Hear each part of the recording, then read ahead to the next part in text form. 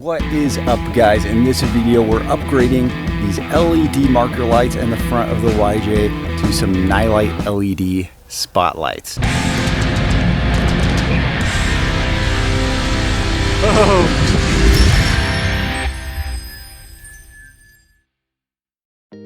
Right, so in our last video working on the YJ, we had one of these burn out, and then I decided to upgrade to some LEDs, and that was for several reasons. I don't really care if my marker lights are LED, honestly, but eventually we're gonna have LED headlights. We're gonna have these LED marker lights on the side already. You have to make some upgrades to make sure that's all gonna be compatible. The biggest thing we had to do is change our flashes for both the turn signals and the hazards. We did it, works great. Nilight got a hold of me and said, dude, check out our new product. This is a flush mounted light, and you can see in the middle there it's got amber, and then on the outsides it's the traditional white light. I really wanted to make this upgrade for a while. I've seen a couple YJs do it and it's pretty sweet. This shape in the back will actually slide in right here. All right, so we already took one light out of the box, but they come packaged like this, and these lights feel pretty heavy. They feel really well constructed, and I've used their lights before. I've actually got some on the ditch of the Samurai. I've had them forever and they work great. See here we've got a couple different wires coming out because we've got our ground, the main light, and the amber,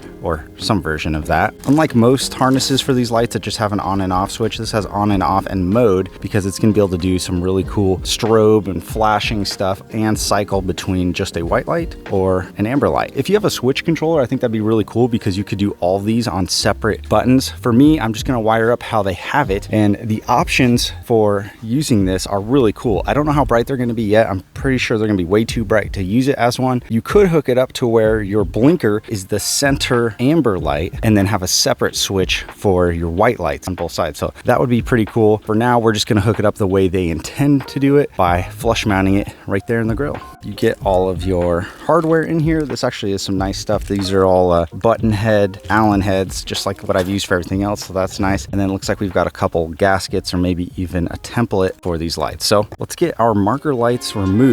We'll start fitting these guys in there.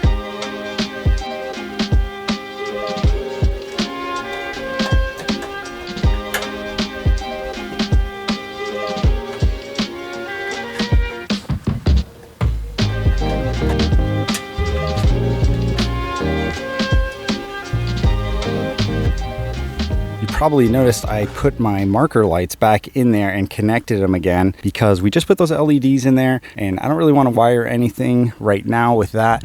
Originally I was planning on putting them right here in this little vent so they would be shining in the wheel well. Too tight on that side. So for now, I think what I'm going to do is find a way to secure them up right there on both sides of the grill so it'll cast like a amber light over the grill right here. So what I mentioned earlier was these don't actually fit in there. There's quite a distance between the hole and this part of the grill back there, but I'm gonna go with it like this, and I'm gonna try drilling a hole right there and then just putting the hardware right through and mounting them like this. Now they're slightly pointed down, which is perfect because I do need them to be an auxiliary light. This one might be blocked a tiny bit, but it's still gonna be cool. So now I need to zip tie these lights up and we'll get drilling.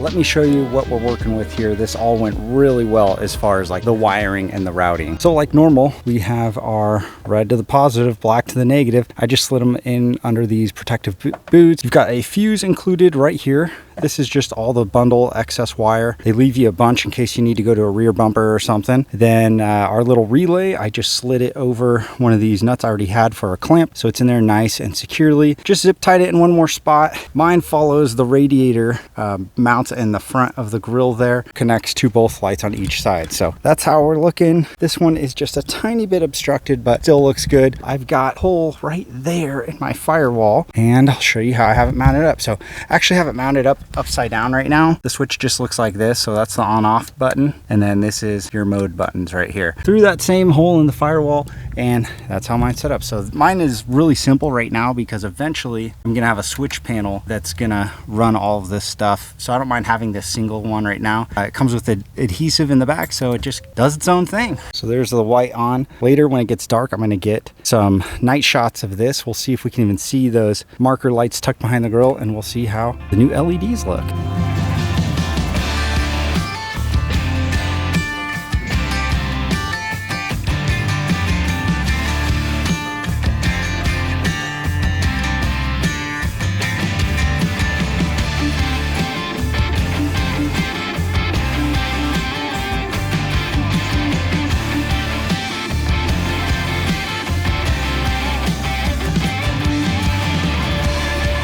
Yeah, so that's it. And the switch panel could even do like my white light is one, the amber is separate. But one thing that I did not see happening was me really liking that different flashing modes it has on there. That's really cool. And if you're in certain places that are really crowded, or there's side-by-sides whipping through the woods really fast, first place I thought of was King of the Hammers, Johnson Valley. It's nice to have those flashing lights so people know where you are and they can watch out for you.